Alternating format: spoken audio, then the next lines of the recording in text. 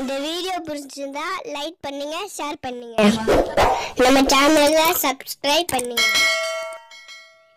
இந்த வீடியோ அஸ்ஸலாமு அலைக்கும் வரஹ்மத்துல்லாஹி தஆலா வபரகாத்துஹு. ரப்பி இஷ்ரஹ் லி ஸத்ரி வயஸ்ஸிர் லி அம்ரி வஹ்லுல் உக்ததம் மின் லிசானி யஃப்கஹு கௌலி. அல்ஹம்துலில்லாஹி ரப்பில் ஆலமீன் வல் ஆகிபத்து லில் முத்தகீன். அஸ்ஸலாத்து வஸ்ஸலாமு அலா நபியினல் முர்சலீன் வ ஆலிஹி வ அஸ்ஹாபிஹி அஜ்மஈன். அம்மா பாத். فقد قال الله تعالى في القرآن الكريم والفرقان المجيد بعد أعوذ بالله من الشيطان الرجيم بفضل بسم الله الرحمن الرحيم. يا أيها الذين آمنوا لا يحل لكم أن ترثوا النساء كرها. صدق الله العلي العليم. عن أبي هريرة رضي الله تعالى عنه قال قال رسول الله صلى الله عليه وسلم لا تنكح الأيم حتى تستأمر ولا تنكح البكر حتى تستأذن. قالوا يا رسول الله كيف إذنها؟ قال أن تسكت. رواه البخاري أو كما قال عليه الصلاة والسلام. அளவற்ற அருளாளனும் நிகரற்ற அன்புடையனுமாகிய ஏக இறைவன் அல்லாஹ்விற்கு எல்லா புகழும். நம் உயிரிலும் மேலான நமது தலைவர் ஹதரத் ரசூலுல்லாஹி ஸல்லல்லாஹு அலைஹி வஸல்லம் அவர்கள் மீதும் அவர்களை பின்பற்றிய சத்திய சஹாபாக்கள், நாதாக்கள், ஷஹதாக்கள், முழு உலக முஸ்லீமான ஆண்கள், பெண்கள், குறிப்பாக இந்த ஜும்மாவுடைய அவையில் ஒன்று கூடியிருக்கின்ற நம் அனைவர் மீதும் வல்ல இறைவன் ரப்புல் ஆலமீன் அல்லாஹு தாலாவுடைய சாந்தியும் சமாதானமும் என்றும் என்றென்றும் நின்று நிலவட்டுமாக. ஆமீன். அன்பான சகோதர பெருமக்களே, ஒவ்வொரு வருடமும் நவம்பர் மாதம் 3ஆம் தேதி தேசிய இல்லத்தரசிகள் தினம் என்பதாக ஒரு தினம் கடைபிடிக்கப்பட்டு வருகிறது. அதாவது திருமணத்திற்கு பிறகு உண்டான பெண்கள், அந்த பெண்களுக்கு இல்லத்தரசி என்று சொல்வார்கள். குடும்ப தலைவி, இல்லத்தரசி என்று பெயர் சொல்லுவோம். மனைவிகள் என்று சொல்லலாம். இப்போ இவர்களுக்கான உரிமைகள் என்ன, இவர்களுக்கான கடமைகள் என்ன, இவர்களுக்கான கண்ணியம் என்ன, இவர்களுக்கான பொறுப்புகள் என்ன, குடும்பத்தில் இவர்களை எப்படி கண்ணியமாக நடத்த வேண்டும், பொது வெளியில் இவர்களை எப்படி கண்ணியமாக நடத்த வேண்டும் என்பது பற்றிய முழுக்க இல்லத்தரசிகள், அதாவது குடும்ப தலைவிகளுடைய உரிமைகளை பற்றி மட்டுமே இந்த தினத்தில் பேசப்படுகிறது. அதாவது அவர்கள் சரியான அளவில் கண்ணியமாக நடத்தப்பட வேண்டும் என்ற ஒரு உயர்ந்த நோக்கத்தோடு இந்த தினம் கொண்டாடப்பட்டு வருகிறது, அனுஷ்டிக்கப்பட்டு வருகிறது. இன்ஷா அல்லாஹ் அதை தொடர்ந்த ஜும்மா என்பதனால் இன்றைய ஜும்மாவில் இன்றைக்கு எதையெல்லாம் குடும்ப தலைவிகளுக்கான, இல்லத்தரசிகளுக்கான உரிமைகள் என்று இன்றைக்கு உலகம் பேசுகிறதோ, நவீன அரசியல் பேசுகிறதோ, இதையெல்லாம் 1400 ஆண்டுகளுக்கு முன்பாகவே இதைவிட பிரம்மாண்டமாக, இதைவிட சிறப்பாக, இதைவிட முழுமையாக ஹதரத் ரசூலுல்லாஹி ஸல்லல்லாஹு அலைஹி வஸல்லம் அவர்கள் பேசிவிட்டார்கள் என்பதுதான் உண்மை. அது சார்ந்த ஒரு சில செய்திகளை இன்ஷா அல்லாஹ் இன்றைய உரையிலே பார்க்கலாம்.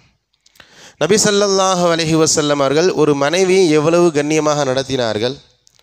குர்ஆனும் ஹதீஸும், அதாவது இஸ்லாம் மனைவிக்கு உண்டான உரிமைகள் என்ன, மனைவிக்கான அந்த கண்ணியம் என்ன, பொறுப்புகள் என்ன என்பது பற்றி எந்தெந்த துறைகளிலெல்லாம், எந்தெந்த வழிகளெல்லாம் பேசுகிறது என்பது பற்றிய, அதாவது அந்த இல்லத்தரசிகள் சார்ந்த முக்கியமான ஒரு சில தகவல்களை இன்ஷா அல்லாஹ் இன்றைய உரையில் பார்க்கலாம். அன்பான சகோதர பெருமக்களை, இல்லத்தரசி என்ற வார்த்தைக்கு சொல்வதற்கு முழு உரிமையும் இஸ்லாத்திற்கு மட்டுமே இருக்கிறது என்று சொல்லலாம். அவ்வளவு விரிவாக பெருமானார் ஸல்லல்லாஹு அலைஹி வஸல்லம் அவர்கள் பேசுகிறார்கள். சின்ன சின்ன விஷயங்களை கூட ரசூலுல்லாஹ் பார்த்து பேசுகிறாங்க. ஒரு குடும்ப தலைவி திருமணமான பிறகு ஒரு பெண் வருகிறாள் என்றால், இந்த பெண்களுடைய உரிமைகள் சம்பந்தமாக, இந்த பெண்ணுடைய உணர்வுகள் சம்பந்தமாக, இந்த பெண்ணுடைய கண்ணியம் சம்பந்தமாக நம்ம ரொம்ப சாதாரணமாக கடந்து போவோம் இல்லையா? அந்த சாதாரணமாக கடந்து போகிற விஷயங்களில் கூட ரசூலுல்லாஹி ஸல்லல்லாஹு அலைஹி வஸல்லம் அவர்கள் அதிகம் கவனம் செலுத்தி பேசியிருக்கிறார்கள் என்பதுதான் நீங்கள் ரசூலுல்லாஹுடைய வரலாறிலே குர்ஆன் ஹதீஸுடைய ஒளியில் நமக்கு கிடைக்கின்ற தகவல். ரசூலுல்லாஹி ஸல்லல்லாஹு அலைஹி வஸல்லம் அவர்கள் ஒரு இடத்துல ஓப்பனாக பேசுகிறாங்க. நம்ம பலமுறை கேட்டிருக்கிறோம், குறிப்பாக திருமண நிகழ்வுகளில் பேசியிருப்போம், கேட்டிருப்போம். ஹைருக்கும் ஹைருக்கும் மின் அஹ்லிக்கும், உங்களிலே ஆக சிறந்தவர் உங்களுடைய மனைவிமார்களிடத்தில் சிறந்தவர் தான் இல்லையா? ஒருத்தர் எல்லா விஷயத்திலையும் பர்ஃபெக்டாக இருக்கிறாரு, ஆனால் குடும்பத்தில் சரியில்லைன்னு சொன்னால் அவர் பர்ஃபெக்ட் கிடையாது, அவர் நாட் பர்ஃபெக்ட். தன்னுடைய மனைவி இடத்தில் அவர் சிறந்தவர் என்ற பெயரை பெறணும். நான் சமுதாயத்தில் நீங்கள் சிறந்த வியாபாரிங்க இருந்துட்டு போ, என்ன மாதிரி ஒரு நண்பன் கிடையாது இருந்துட்டு போ, என்ன மாதிரி ஒரு நிர்வாகத்தின் யாருக்கும் கிடையாது இருந்துட்டு போ, நான் ஒரு மஹல்லாவில் 12 வருடங்களாக இமாமாக இருக்கிறேன், என்ன மாதிரி கிராத் ஓத முடியுமா, என்ன மாதிரி பயான் செய்ய முடியுமா, அதெல்லாம் இருக்கட்டுமா. நீ குடும்பத்தில் எப்படி? உன்னுடைய மனைவி இடத்துல நீ யார்? உன்னை பற்றி உன்னுடைய மனைவி இடத்துல கேட்கப்பட்டால் உன்னுடைய வண்டவாளம் என்ன? அருமையான சகோதர மக்களே, ரசூலுல்லாஹ் சொல்றாங்க, ஹைருக்கும் ஹைருக்கும் லி அஹ்லிக்கும். நீயா கற்பனை பண்ணிடக்கூடாது, நான் யார் தெரியுமா அப்படின்னு நீ கற்பனை பண்ணாத. உன்னை பற்றி உன்னுடைய மனைவி இடத்துல கேள், அவள் உன்னை பற்றி சொல்வாள். அவள் உன்னை பற்றி நல்லவன் சொல்லிட்டா நீ தான் நல்லவன், அவன் உன்னை பற்றி மோசமானவன் சொல்லிட்டா யார் சொன்னாலும் கண்டுக்காத நீ மோசமானவன் தான். ஊரே சொல்லுது நீ நல்லவன்ட்டு, ஆனால் உன் மனைவி உன்னை நல்லவன் இல்லைன்னு சொன்னால் நீ அதை பதிவு செஞ்சுக்கோ, அதுதான் உண்மை. அருமையான சகோதர மக்களே, ரசூலுல்லாஹ் தொடர்ந்து பேசுகிறாங்க, வ அன ஹைரும் லி அஹ்லி, என்னுடைய குடும்பத்தில் நான் சிறந்தவன். வெறுமனே ஊருக்கு பயான் செய்கிறது மட்டுமல்ல ரசூலுல்லாஹ்வுடைய வேலை. நீ அப்படி நீ இப்படி நீ அப்படி இருக்கணும் இப்படி இருக்கணும்னு பயான் செய்கிறது மட்டுமல்ல, ரசூலுல்லாஹ் வாழ்ந்து காட்டினார்கள். என் குடும்பத்தில் வந்து கேள், எனக்கு 11 மனைவி மாதிரி, யார்கிட்ட போய் கேட்டுப்பார், என்னை பற்றி தவறாக ஒரு சின்ன வார்த்தை கூட வராது. நான் என்னுடைய குடும்பத்தில் சிறந்தவன், அது மாதிரி நீங்களும் சிறந்தவர்களாக ஆகணும் என்பதாக ரசூலுல்லாஹி ஸல்லல்லாஹு அலைஹி வஸல்லம் அவர்கள் இந்த ஹதீஸில் பேசுகிறாங்க. இந்த ஹதீஸ் நமக்கு என்ன கடத்துது தெரியுமா? இந்த ஹதீஸில் மனைவி என்பவள் அந்த அளவுக்கு கண்ணியமாக நடத்தப்பட வேண்டியவள். அவளை நம்ம கண்ணியமாக நடத்தினாதான், அவளுக்கான உரிமைகளை சரியான முறையில் நிறைவு செய்தால்தான், அவளுக்கான உணர்வுகளை நாம் மதித்தாதான் நாமளை நல்லவன் என்று சொல்லுவா. ஆடு மாடுகளை நடத்துகிற மாதிரி, அடிமை பெண்களை நடத்துகிற மாதிரி மனைவியை நடத்தினா இந்த பேரை பெற முடியாது இல்லையா? வீட்டுக்கு வந்த வேலைக்காரருக்கு சம்பளம் இல்லாத வேலைக்காரியை நடத்துகிற மாதிரி நம்முடைய மனைவியை நடத்தணும்னு சொன்னால், அருமையான சகோதர மக்களை, ஒரு காலம் அவளிடத்துல நல்ல பேரை பெற முடியாது. ரசூலுல்லாஹ் பெற்றிருக்கிறார்கள் என்றால் ரசூலுல்லாஹ் அந்த அளவுக்கு நடந்திருக்கிறார்கள். அங்கே ரசூலுல்லாஹ் நமக்கும் சொல்ல வருகிறார்கள், என்னுடைய உம்மத்தை சார்ந்த நீங்களும் அப்படி நடந்துக்கணும். அன்பான சகோதர பெருமக்களை, இப்போ நிறைய தகவல்கள் இருக்கிறது, தேவையான தகவல்கள் மட்டும் முக்கியமாக சொல்லிவிட்டு அடுத்தடுத்த விஷயங்களை ஸ்கிப் பண்ணிட்டு போயிட்டே இருப்போம். முதலாவது, திருமணத்திற்கு முன்பாக, அதாவது பெண் பல பரிமாணங்களை எடுக்கிறாள். ஒரு தாயாக, சகோதரியாக, மகளாக, தாதியாக, நாணியாக, பல பரிமாணங்கள் எடுக்கிறார். இல்லத்தரசி என்ற பரிமாணம் ஒரு பெண்ணுக்கு எப்போ வருதுன்னு சொன்னால் அவள் திருமணத்தின் போது தான். எப்போ ஒரு பெண்மணி திருமணத்துக்குள்ளே வராலோ அப்போ தான் அவளுக்கு குடும்ப தலைவி, இல்லத்து அரசி என்ற பெயர் வரும். அப்போ இந்த திருமணத்திலேருந்தே ரசூலுல்லாஹ் பேசிக்கிட்டு வராங்க. திருமணத்துக்கு பிறகு பேசலை, நல்லா விளங்கிக்கோங்க. திருமணம் நடக்க போதா ஒரு பெண்ணுக்கு, அங்கேயே ரசூலுல்லாஹ் கேட் போடுறாங்க. அவள் யார் தெரியுமா, அவளுக்கான உரிமை என்ன தெரியுமா, பேசிக்லேருந்து ஆரம்பிக்கிறாங்க. ஒரு பெண்ணுடைய அனுமதி இல்லாமல் திருமணம் முடிக்க முடியாது இல்லையா? எனக்கு தெரியாதா என் பிள்ளைக்கு எப்படிப்பட்ட மாப்பிள்ளை பார்க்கணும்? தெரியாது, மார்க்கமாக தான் சொல்லுது. நீ எவ்வளவுதான் பர்ஃபெக்டான மாப்பிள்ளையை பார்த்தாலும், மணமகனை பார்த்தாலும், அவளிடத்தில் அனுமதி கேள். வாழ போகிறது அவ சரி சொல்லாமல், அவ டிக் பண்ணாமல் அங்கே திருமணமே செல்லாது. புகாரி ஷெரீஃபுடைய 6945வது செய்தி. இந்த ஹதீஸை அறிவிக்கிற பெண்மணி தன்னுடைய வாழ்க்கையில் நடந்த சம்பவத்தை பற்றி பேசுகிறாங்க. ஹன்சா பின் ஹுந்த் பிதாம் என்ற இந்த பெண்மணியுடைய பேர். அன்சாரியா என்ற கோத்திரத்தை சேர்ந்தவர்கள் இவர்கள். இந்த பெண்மணி இவளுடைய அனுமதி இல்லாமல் இவருடைய தகப்பனார் வேறு ஒரு பையனுக்கு திருமணம் முடிச்சுட்டாங்க. இன் அபாஹா ஜவுஜஹா வஹிய சயீபுன். இந்த பெண்மணியுடைய இதில் கேட்காமலேயே ஒரு பையனை பார்த்து, இப்போ திருமணம்னா தெரியும், ஈஜாப் கபூல், பொண்ணுடைய வழி பையனிடத்தில் இந்த மகருக்கா இவர்களை சாட்சியை வச்சு என் பொண்ணு உனக்கு திருமணம் முடிச்சு கொடுத்துட்டேன்னு சொல்ல, அந்த பையன் கபில் தூ அப்படி நான் ஏற்றுக்கிட்டேன் என்று சொன்னால் அங்கே திருமணம் முடிஞ்சிருச்சு. திருமணத்துடைய பேஸ் அதுதான். ஹைர், இப்போ திருமணம் முடிச்சுட்டாரு. இந்த பெண்மணிக்கு அந்த திருமணத்தில் உடன்பாடு இல்லை. நேராக ரசூலுல்லாஹ் வந்தாங்க. ஃபாத்தத் இல் நபி ஸல்லல்லாஹு அலைஹி வஸல்லம், ரசூலுல்லாஹ்ட்ட வந்து முறையிட்டாங்க. யா ரசூலுல்லாஹ், இது மாதிரி என்னுடைய தந்தை என்னுடைய அனுமதி இல்லாமல் இந்த நபருக்கு திருமணம் முடிச்சு வைத்துட்டாரு, எனக்கு விருப்பம் இல்லை, என்ன சொல்கிறீங்க? ரசூலுல்லாஹ், நீ என்னப்பா சொல்கிறீங்க கேட்டாங்க. ரசூலுல்லாஹ், எனக்கு விருப்பம் இல்லை, அந்த பொன்மணி சொல்லிட்டா. ரசூலுல்லாஹ் சொன்னாங்க, ஃபரத்த நிக்காஹா. ஹதீஸில் தெளிவாக இருந்து அந்த நிக்காவை ரசூலுல்லாஹ் தடை செஞ்சுட்டாங்க. நிக்காவே இல்லை, செல்லாதுன்னு சொல்லிட்டேன். ரத்தன்னு சொன்னால் செல்லலைன்னு அர்த்தம்.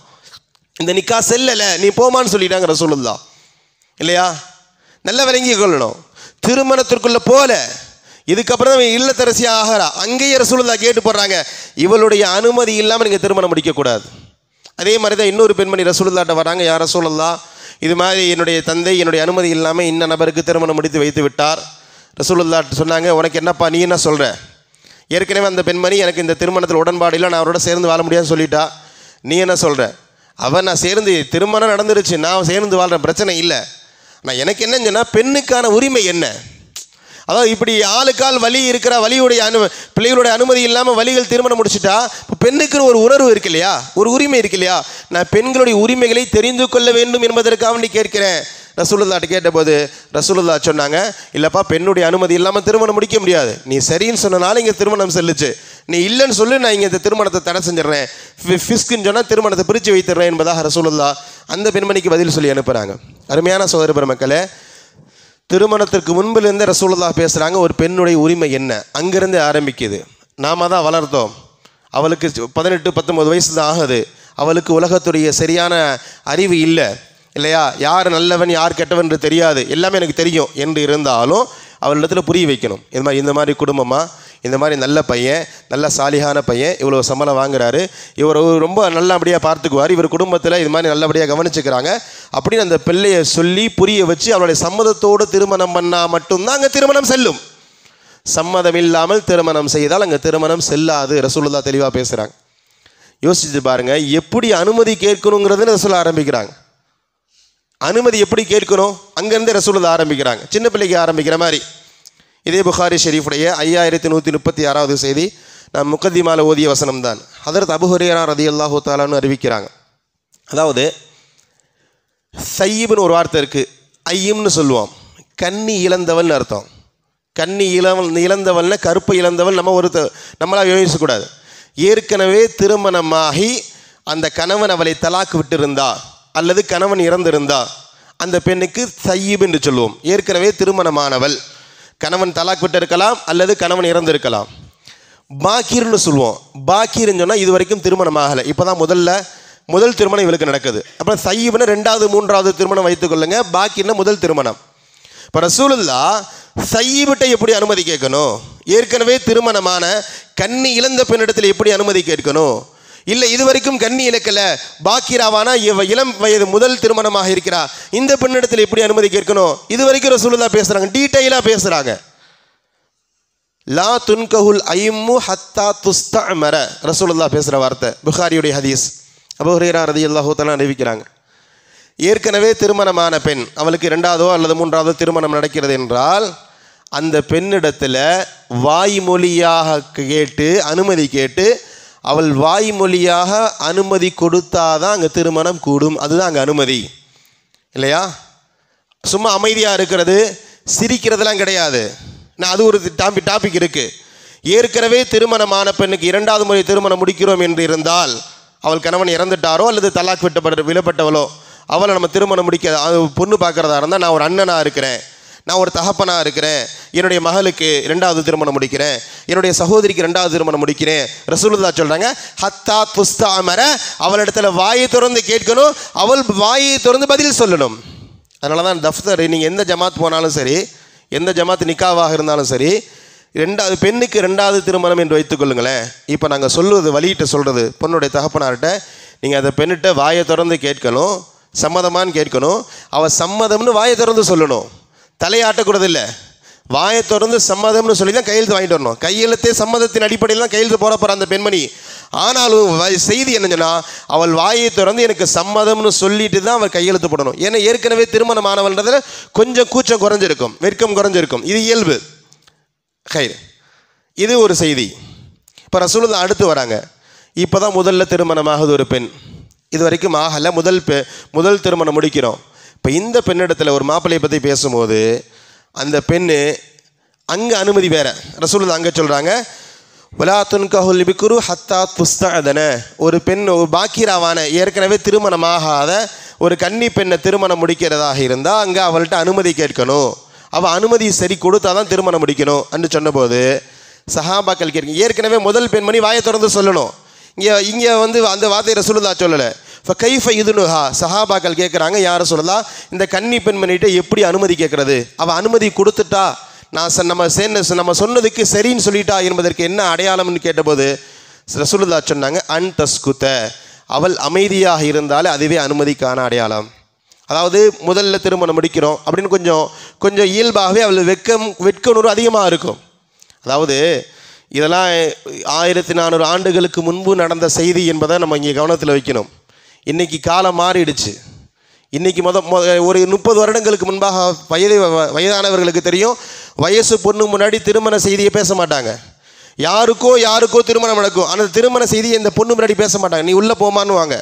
அதே மாதிரி ஒரு பொண்ணுக்கு ஒரு மாப்பிள்ளை வரன் வந்திருக்குன்னு சொன்னால் அந்த பொண்ணு முன்னாடி வரனை பற்றி பேச மாட்டாங்க. பையன் என்ன பண்ணுறான், பையனோட குடும்பம்ட்டு, நீ உள்ளே போமான்னு சொல்லிட்டு அதுக்கப்புறம் தான் பேசுவாங்க. எல்லாத்தையும் கேட்ச் பண்ண பிறகு பொண்ணுகிட்ட சொல்ல போகிறாங்க, அது வேறு. ஆனால் திருமணம் சார்ந்த தகவல்களை பெண்ணு முன்னாடி பேச மாட்டாங்க. ஆனால் இன்றைக்கி மாறிடுச்சு. இன்றைக்கி கல்லூரி படிக்கக்கூடிய பொண்ணு இன்றைக்கி வந்து சொல்கிறா தகப்பனார்கிட்ட, இந்த பையனை பார்த்துருக்குறேன், இந்த வேலை பார்க்குறான், நீங்கள் போய் பேசுங்கன்ற நிலைக்கு இன்றைக்கி சமுதாயம் தள்ளப்பட்டுடுச்சு. நல்லா விளங்கிக்கோங்க. அது மாதிரி வந்தாலும் அல்ஹம்துலில்லாஹ்னு திருமணம் முடிச்சு வச்சுறது இன்றைய காலகட்டத்துக்கு சரின்னு படுது இல்லையா? ஏன்னா இதுக்கு அடுத்த ஸ்டேஜ் ஒன்று இருக்குது.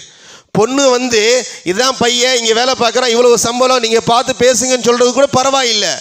இன்னும் சில இடங்களில் நான் இவரை பார்த்துட்டேன், திருமணம் முடிச்சுட்டேன், லிவிங் டுகெதரில் 2-3 வருஷம் வாழ்ந்துக்கிட்டு இருக்கோம், எல்லாம் பாதுகாக்கணும். இது மாதிரியெல்லாம் நடந்துகிட்டு இருக்கு. சில நகரங்களில், நாகரிகம் மிகுந்த நகரங்களில் சினிமாவில் பார்க்குற மாதிரி கல்யாணம் பண்ணி 2-3 வருஷம் கழித்து இவன் தான் என் புருஷன், அதாவது அத்தாவட்டியும் அம்மாட்டியும் இதுதான் என் புருஷன் அறிமுகப்படுத்துகிற காலத்துக்கு நம்ம இன்றைக்கி வந்துட்டோம்.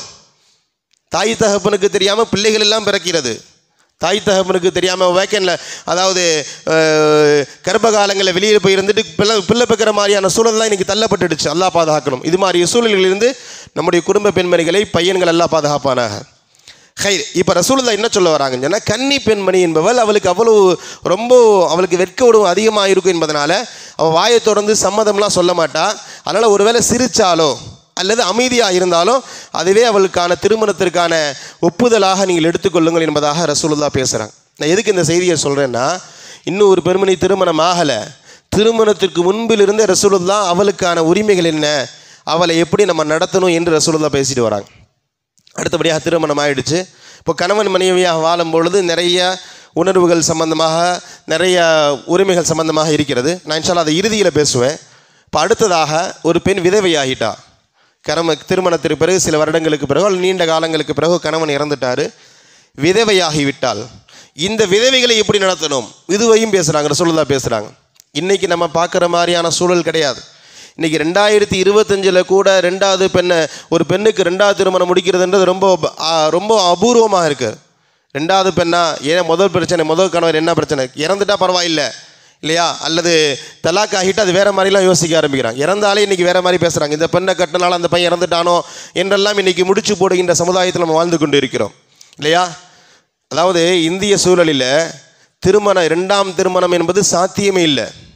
1856 தான் விதவை மறுமண சட்டம் என்பதாக இந்தியாவில் கொண்டு வராங்க. அதுக்கு முன்னாடி வரைக்கும் விதவை 2வது திருமணம் என்பது கிடையாது. குறிப்பாக இந்து சமயத்தில் ரொம்ப பயங்கரமாக இருந்தது. நமக்கு தெரியும் இல்லையா, சதி என்கிற ஒரு அமைப்பை வைத்திருந்தார்கள். உடன்கட்டை ஏறுதல். ஒரு கணவர் இறந்துட்டா அந்த சிதையில், அதாவது விறகுகளை அடுக்கி அந்த பெண்ணை அலங்காரம் பண்ணி அந்த சிதையில் வைத்து, அதாவது எரிக்கப்படுவதற்கு தயாராக இருக்கின்ற அந்த விறகுகளுக்கு மத்தியில் வைத்து இறந்த கணவன் அவளுடைய மடியில் வச்சு விறகுகளை சேர்த்து அதே விறகுல கணவனும் மனைவி எறிவாங்க. இதுக்கு பேர் உடன்கட்டை ஏறுதல். சதி என்பதாக ஒரு அமைப்பு 1829 வரைக்கும் இருந்தது. நான் ஒரு 1000 வருடங்களுக்கு முன்பு நடந்த செய்தியை பேசல, ஒரு 150 வருடங்களுக்கு முன்பு வரைக்கும் இந்தியாவில் இருந்தது. ஆங்கிலேயர்கள் வந்து தடை செய்கிற அளவுக்கு தான் சூழல் இருந்துச்சு. 1829 பெங்கால் சதி ஒழிப்பு முறை, பெங்கால் சதி ரெகுலேஷன் என்ற ஒரு சட்டத்தை கொண்டு வந்து அன்றைக்கு இந்தியாவை ஆண்டு கொண்டிருந்த British governor Lord William Bentinck என்பவர் தான் இந்த உடன்கட்டை ஏறுதல் சதி என்கின்ற இந்த சட்டத்தை தடை செய்தார். இது மனித சமுதாயத்திற்கு மிக பயங்கரமான எதிரானது என்பதாக இந்த சட்டத்தை தடை செய்தது ஒரு ஆங்கிலேயர். அப்போவே இந்து சமயங்களுக்கு கடுமையான எதிர்ப்பு வந்தது. எங்களுடைய மதங்களை துன்புறுத்துகிறீர்கள், எங்களுடைய மத கொள்கைக்கு எதிரானது என்று அவன் சொல்லிட்டான். அப்பா, மனுஷனை உயிரோடு எரிக்கிறதுக்கு எந்த மதம் பேசினாலும் அதை நாங்கள் ஏற்றுக்க மாட்டோம் என்பதாக சொல்லி அவன் சட்டத்தை பாஸ் பண்ணிட்டான். அதுக்கு முன்பு வரைக்கும் அதாவது அவன் இறந்துட்டான், அவனை எரிக்கிறாங்க என்பது நியாயம் இருக்குது இல்லையா? ஆனால் அவளை திருமணம் முடித்த என்ற காரணத்தினால ஒரு பெண்ணை உயிரோடு இருப்பதெல்லாம் எவ்வளவு பயங்கரமானது. அதுவெல்லாம் இந்த தேசத்தில் நடந்திருக்கு இல்லையா? ஒருவேளை அவள் அவர் எரிக்கப்பட எந்த அளவுக்கு சட்டங்கள் கொண்டு வரப்படுதுன்னு சொன்னால், அவளா ஒரு பெண்மணி, நாங்களாம் வற்புறுத்தலைங்க, உறவினர்கள் வற்புறுத்தலை, அவளா உளுந்து இறந்துட்டான்னு சொன்னாலும் அதை ஏன் தடுக்கலை என்று உறவினர்களை சட்டம் போடப்பட்டது இந்த சட்டத்தின் மூலமாக. அவளும் நம்மளும் போய் எரிக்கக்கூடாது, அவளாக விழுந்தால் அவளை தடுக்க வேண்டிய பொறுப்பு உறவினர்களுக்கு இருக்கிறது என்பதாக இந்த சட்டத்தின் மூலமாக அருமையான இந்த சட்டத்துடைய அம்சங்களாக பார்க்கிறோம் இல்லையா?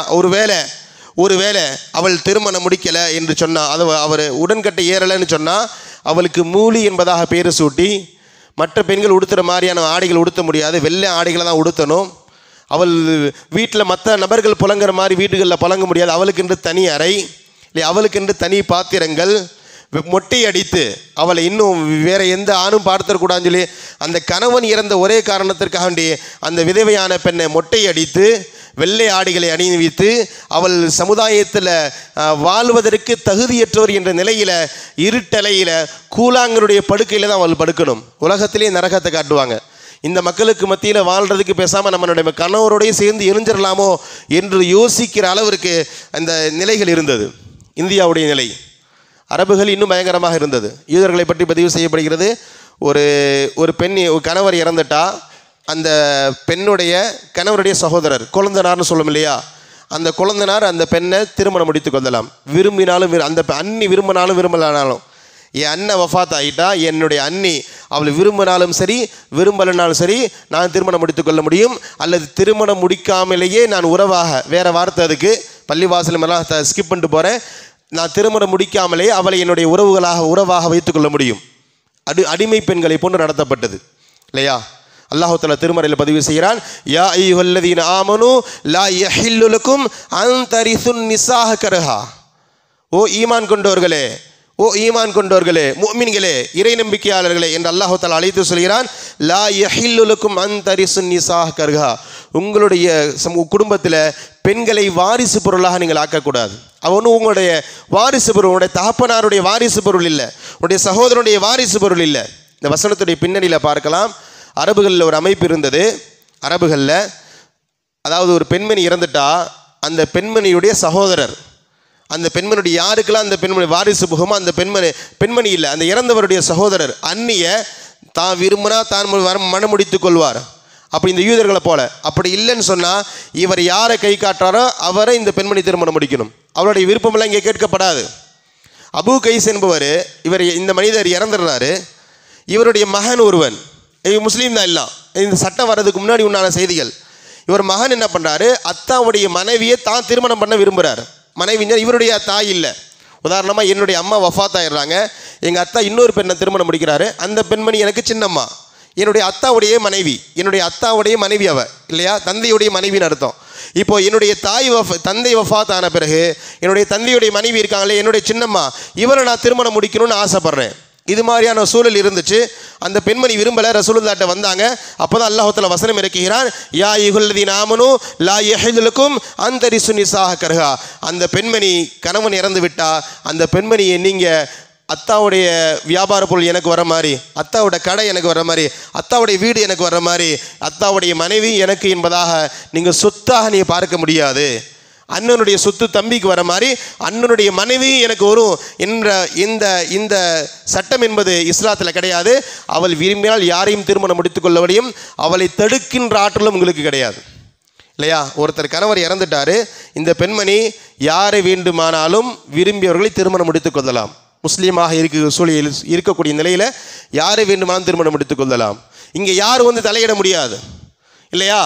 என்னங்க, தம்பி கோவப்படுறான், அண்ணனுடைய அண்ணி வேற ஒருத்தரை திருமணம் முடிக்கிறாங்க, தம்பி கோவப்படுறான், இத்தனை வருஷம் எங்கள் அண்ணன் கூட வாழ்ந்தீங்களே, இப்போ அண்ணனுடைய வஃபாத்துக்கு பிறகு இன்னொருத்தரை திருமணம் முடிக்கிறிய, இந்த ரைட்ஸ் உனக்கு கிடையாது இல்லையா? அந்த பெண்மணியுடைய தாய் தகப்பனுக்கு கூட கிடையாது. அந்த பெண்மணி கணவன் இறந்து விட்டா தான் விரும்பிய யாரையும் திருமணம் முடித்துக் கொள்ள முடியும். அந்த உரிமையை யாருக்குமே அல்லாஹு தஆலா வழங்கவில்லை, ரசூலுல்லாஹ் வழங்கலை. அந்த பெண்மணிக்கு மட்டுமே அந்த உரிமைகள் வழங்கப்பட்டிருக்கிறது. எந்த அளவுக்கு சொன்னால், அருமையான சகோதரி பெருமக்களே, ரசூலுல்லாஹ் சஹாபாக்களுக்கு ஆர்வம் விட்டுறாங்க, கொஞ்சம் வாலிப பெண்களை கன்னி பெண்களை திருமணம் முடிக்கிற மாதிரி விதவையான பெண்களையும் திருமணம் முடித்துக் கொள்ளுங்களேன், அவங்களோட வாழ்க்கையே கேள்விக்குறியாக இருக்குது, விதவையான பெண்களை திருமணம் முடித்துக் கொள்ளுங்களேன் என்று சொன்னபோது சஹாபாக்கள் போட்டி போட்டு திருமணம் முடிக்க ஆரம்பித்தார்கள். அதாவது ரசூலுல்லாஹ் இந்த இடத்துல என்ன செய்தியில் சொல்ல வராங்கன்னு, ஒரு ஆண் மனைவி இறந்துட்டா, இப்போ இவர் இன்னொரு கல்யாணம் பண்ணணும்னு சொன்னால் இவர் இந்த கன்னி பெண்ணை கல்யாணம் பண்ணுறதுக்கு பகரமாக ஏற்கனவே கணவன் இறந்த விதவை பெண்ணை திருமணம் முடித்துக் கொள்ளலாமே என்ற அர்த்தத்தில் ரசூலுல்லாஹ் சொல்கிறாங்க. ஒரு ஆணுக்கு 2வது திருமணம் பண்ணும்போது எதுக்கு முதல் திருமணம் ஒரு பெண்ணை திருமணம் முடிக்கிறீங்க, ஏற்கனவே திருமணமான விதவை பெண்ணை நீங்கள் திருமணம் முடித்துக் கொள்ளுங்க என்ற அர்த்தத்தில் சொல்கிறாங்க. ஆனால் இந்த செய்தி எல்லா சஹாபாக்களையும் எடுத்துக்கிட ஆரம்பிச்சிட்டாங்க. வாலிப சஹாபாக்கள் எல்லாம் கன்னித்து சைபா என்று சொல்லப்படுகின்ற விதவை பெண்ணை திருமணம் முடிக்க ஆரம்பிச்சிட்டாங்க. ஒரு கட்டத்துக்கு பிறகு ரசூலுல்லாஹ் என்ன சொல்ல வந்தாங்க தெரியுமா? ஒரு கட்டத்துக்கு பிறகு இப்னு மாஜாவுடைய 1861 1861வது செய்தி ரசூலுல்லாஹ் பேசுகிறாங்க, அலைக்கும் பில் அப்கார், அப்பா போதும்பா போதும், விதவைகளை திருமணம் முடித்தது போதும், வாலிபர்களே நீங்கள் கன்னி பெண்களை திருமணம் முடிங்க.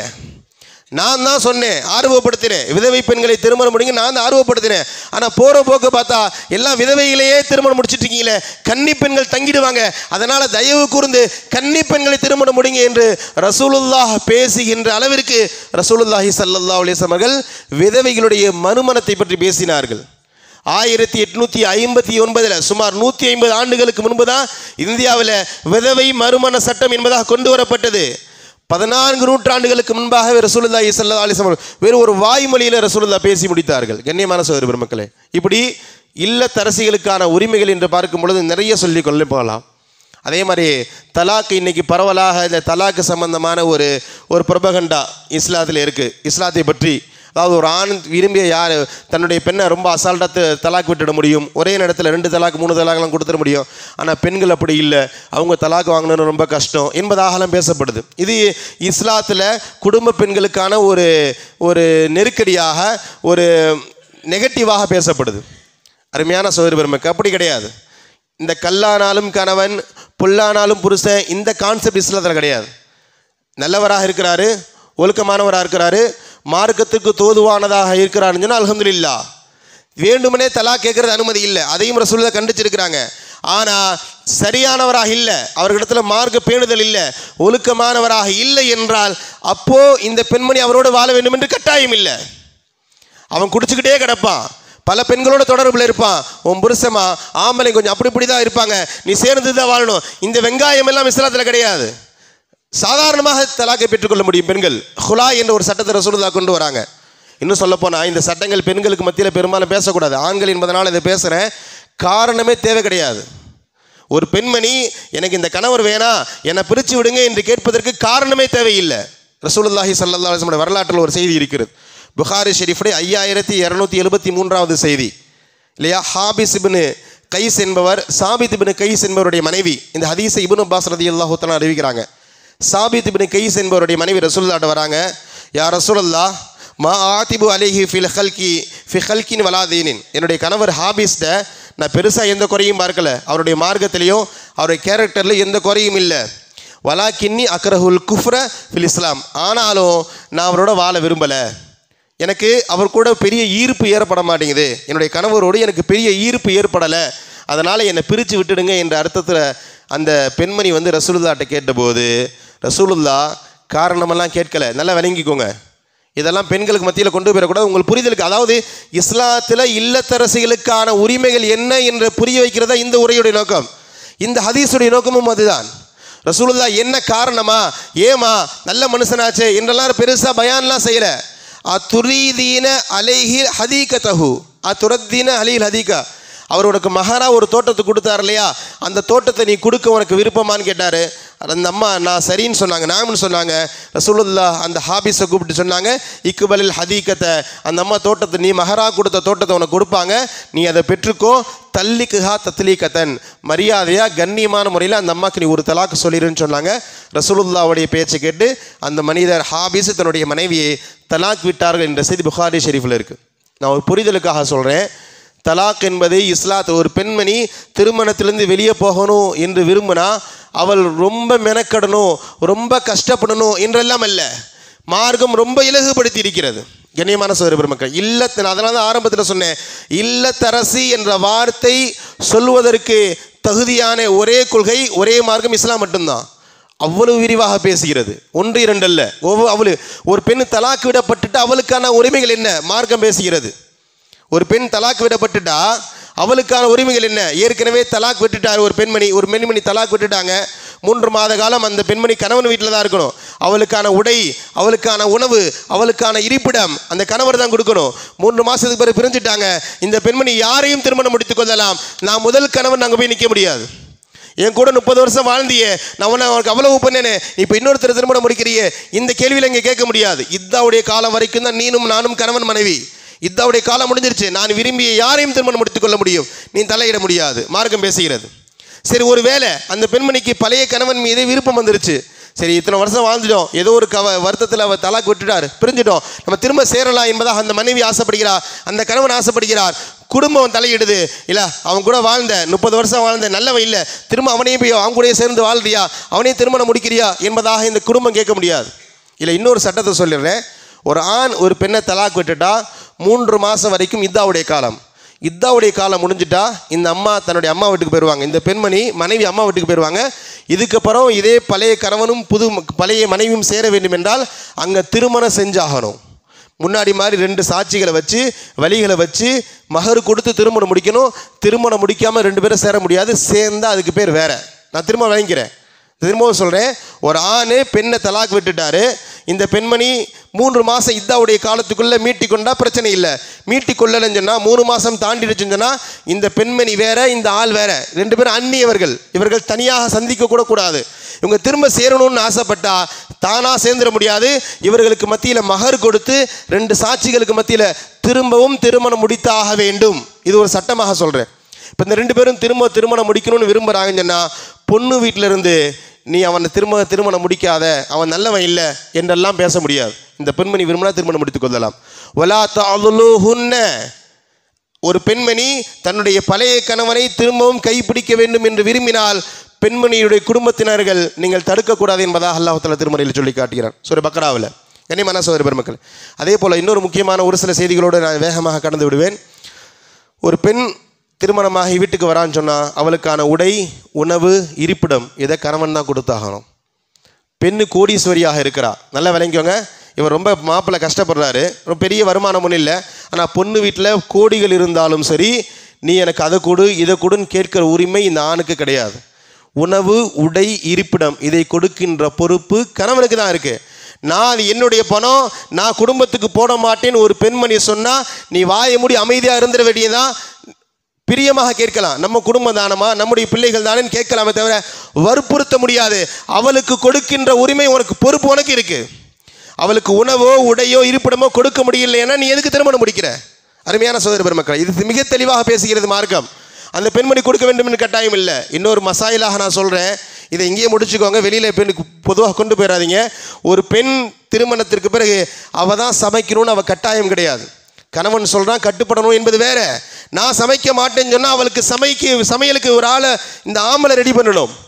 ஒன்று ஹோட்டல்லேருந்து வாங்கி கொடுக்கணும் 3 வேளையும். எனக்கு உடம்பு கொத்துக்காதா, சமைக்கிறதுக்கு ஒரு ஆளை ரெடி பண்ணணும். நீ தான் சமைக்கணும்னு நிர்பந்தப்படுத்த முடியாது. நல்ல விளங்கிக்கோங்க. நான் என் வீட்டில் வேலை செஞ்சு பழகலைங்க, நான் துணி துவைக்க முடியாது, நான் பாத்திரம் கழுவ முடியாது என்று சொன்னால் இவளுக்கு ஆள் வைக்க வேண்டிய பொறுப்பு இந்த கணவனுக்கு இருக்குது. நல்லவன், நான் சம்பாதிக்கிறேன் நீ வேலை செய்யணும்னு சொல்ல முடியாது. நான் மசாயில பேசுகிறேன், நான் சட்டத்தை சொல்லிக்கிட்டு இருக்கேன். எந்த அளவுக்கு மார்க்கத்தில் பெண்களுக்கான உரிமைகள் சொல்லப்படுகிறது என்ற இந்த சட்டத்தை புரிய வைக்கிறதுக்கான இந்த செய்தியெல்லாம் நான் சொல்கிறேன். கண்ணியமான சகோதர பெருமக்களே, இவ்வளவு விரிவாக பேசுகிறது. அபூதாவுதுடைய ஷெரீஃப் 2144வது செய்தி. முஆவியா ரலியல்லாஹு தஆலா அறிவிக்கிறாங்க, ஒரு பெண்மணி அவர் தான் முஆவியாவே அறிவிக்கிறாங்க, நான் ரசூலுல்லாஹ்ட்ட வந்தேன். மா தகூலு ஃபி நிசாயினா, யா ரசூலுல்லாஹ், பெண்கள் சம்பந்தமாக நீங்கள் என்ன சொல்கிறீங்க? பெண்களுக்கு நாங்கள் எந்த அளவுக்கு எங்கள் மீது என்னென்ன கடமை இருக்குது அப்படின்னு கேட்டபோது ரசூலுல்லாஹ் ஒரு 3 செய்தி சொல்கிறாங்க. ஒன்றாவது, அத்திஇமுஹுன்ன மிம்மா தாக்குலூன், நீ என்ன சாப்பிட்றியோ அதுதான் அவளுக்கு சாப்பிட கொடுக்கணும். நான் ஒரு சாப்பாடு நீ ஒரு சாப்பாடு கிடையாது, எஜமான அடிமை கிடையாது. நான் சாப்பிட்றதா நீ சாப்பிட கொடுக்கணும்.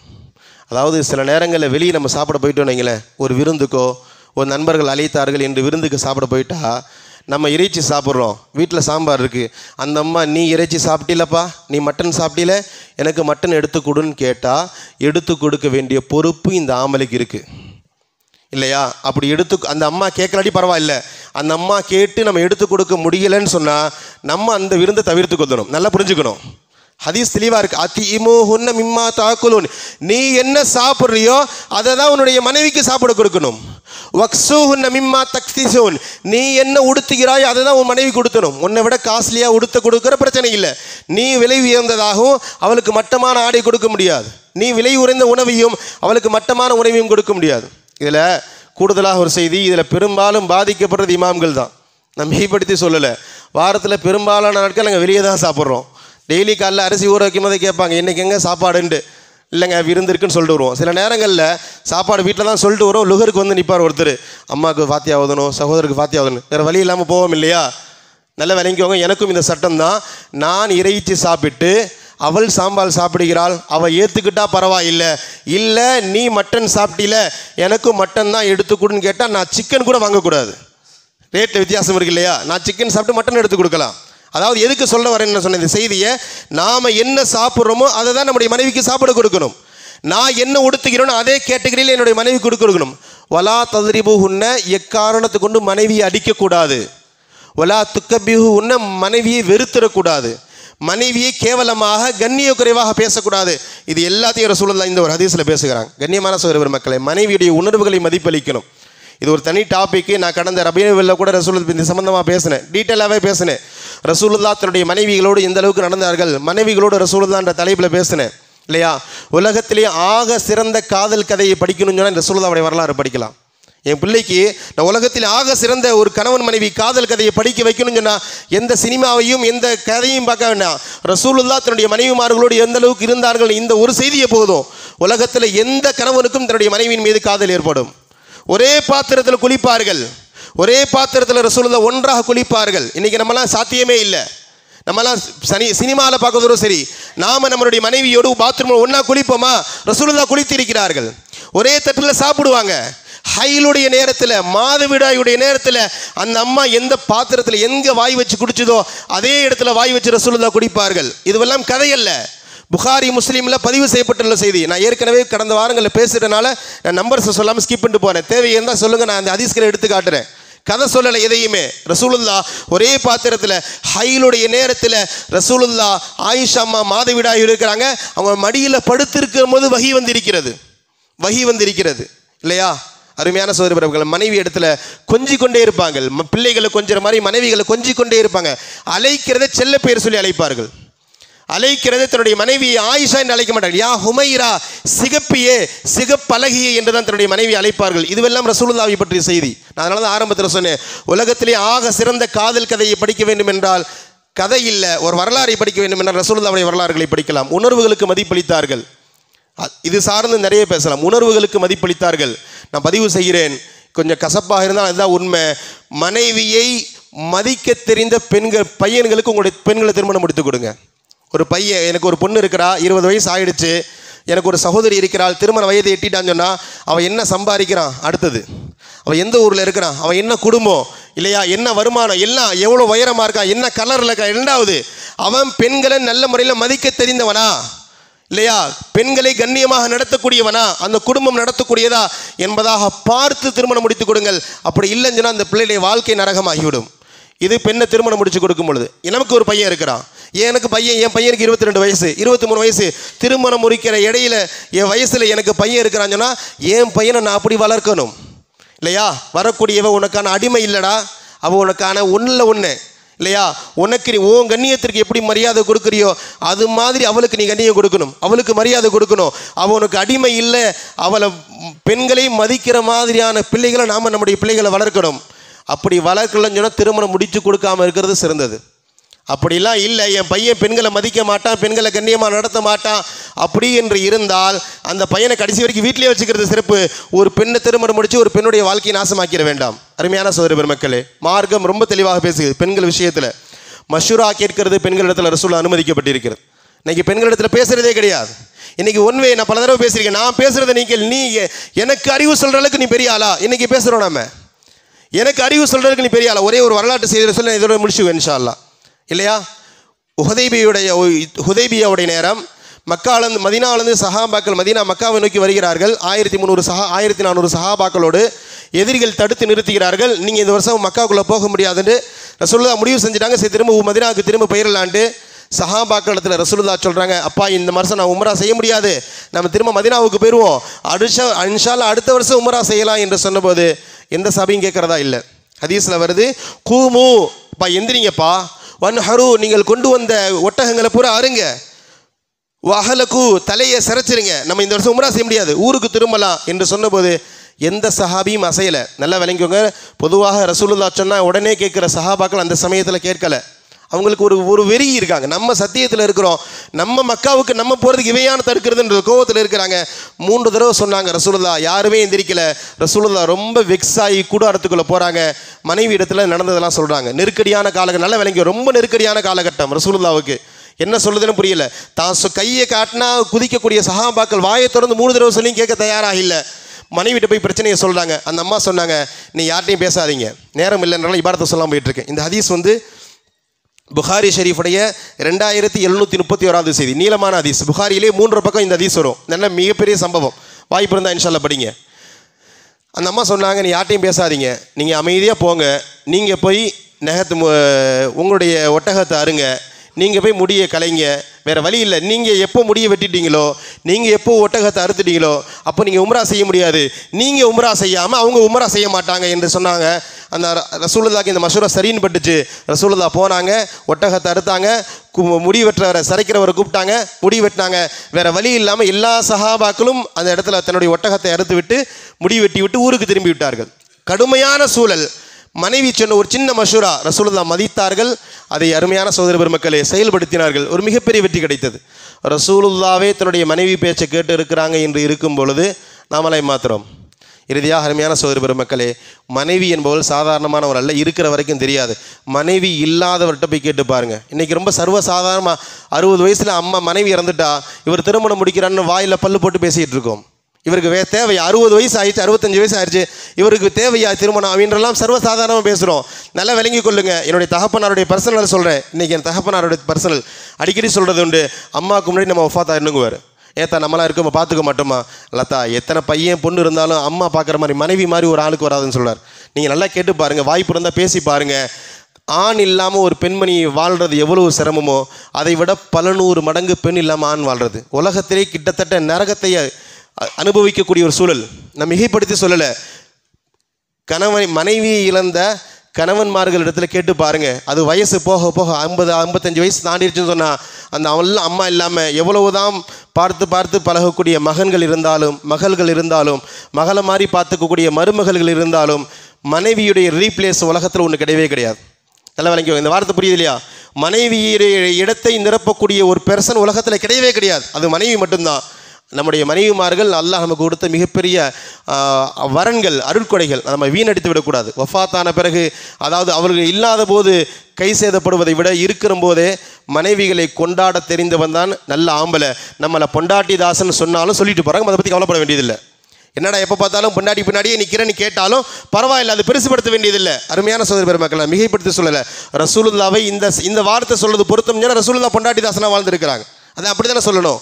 அல்லாஹ் பாதுகாக்கணும். கண்ணியமான சகோதர பெருமக்களே, அந்த அடிப்படையில் நான் உரையுடைய ஆரம்பத்தில் சொன்னேன், ஒவ்வொரு வருடமும் நவம்பர் 3ஆம் தேதி இல்லத்தரசிகள் தினம் என்பதாக கொண்டாடப்படுகிறது. உலகத்திலேயே இல்லத்தரசிகளுக்குண்டான உரிமைகளை, மரியாதைகளை, கண்ணியங்களை முழுமையாக வழங்கிய ஒரே கொள்கை, ஒரே மார்க்கம் இஸ்லாம் என்பதில் மாற்றுக்கருத்து இல்லை. அந்த இஸ்லாத்தை ஏற்றிருக்கிற நாம் அதற்கு தோதுவாக அல்லாஹ் ரசூல் காட்டிக் கொடுத்த அடிப்படையில் நம்முடைய வாழ்க்கை அமைத்துக்கொள்வோம். அல்லாஹுடைய ரசூலும் எந்த வாழ்வியை நமக்கு காட்டுக் கொடுத்தார்களோ அந்த வாழ்வின் அடிப்படையில் வாழக்கூடிய நல்ல நசீபை ரப்புல் ஆலமீன் நம் அனைவருக்கும் தந்து நல்லது புரிவானாக. வாஹிர் தஅவானா அல்ஹம்துலில்லாஹி ரப்பில் ஆலமீன். அஸ்ஸலாமு அலைக்கும் வரஹ்மத்துல்லாஹி வபரகாத்துஹு.